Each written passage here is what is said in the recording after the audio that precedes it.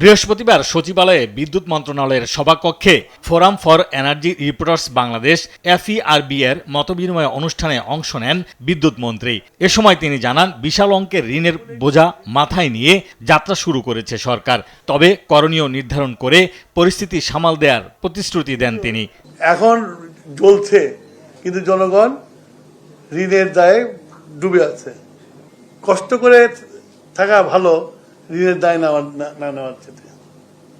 এখন আমরা ঋণের দায় নিয়ে বসে আছি। জনগণের যাতে লোড না হয় সেই জন্য এভাবে পলিসিটা করছিলাম, তারা মানে নাই, এখন করে গেছে। এখন এটার দায় আমাদের নিতে হয়েছে আর কি। এই যে এত টাকার দায়, আমার বিদ্যুতের দামও বাড়াতে পারবো না। চলমান গ্যাস সংকট নিরসনে সরকার গ্যাস উত্তোলনের উদ্যোগ নেবে বলে জানান মন্ত্রী। বলেন, সেই সঙ্গে চাহিদা মেটাতে সরকার সব ধরনের চেষ্টা করবে। ভবিষ্যৎ হোক নিরাপদ, বিনিয়োগ হোক বিশ্বস্ত, আর আমার পছন্দ সল্ট বে।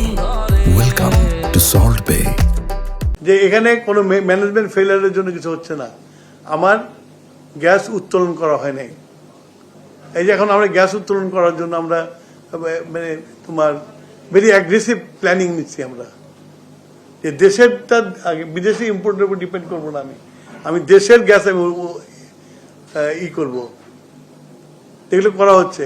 আবার যে রিগ টিক আনবো, আবার তোমার এক্সপার্ট ম্যান পাওয়ার লাগবে, সেজন্য প্ল্যান করতেছি যে ম্যান পাওয়ারকে ট্রেন করবো আমরা ঠিক মতো। তো এগুলো তো টাইম দিতে হবে। বিদ্যুৎ, জ্বালানি ও খনিজ সম্পদ খাতের সংকট ও সম্ভাবনা নিয়ে বস্তুনিষ্ঠ তথ্য প্রকাশে সাংবাদিকদের প্রতি আহ্বান জানান মন্ত্রী। যারা ধরে নিয়ে যায় তারা কেটে কেটে রেখে দিচ্ছে, আর ওই পেপার কাটিং থেকে আমাদেরকে অ্যারেস্ট করছে, আমার পরিবার শুধু অ্যারেস্ট করছে।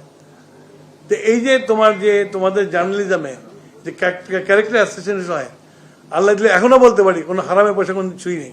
আশিকুল আলম, দেশ টিভি, ঢাকা।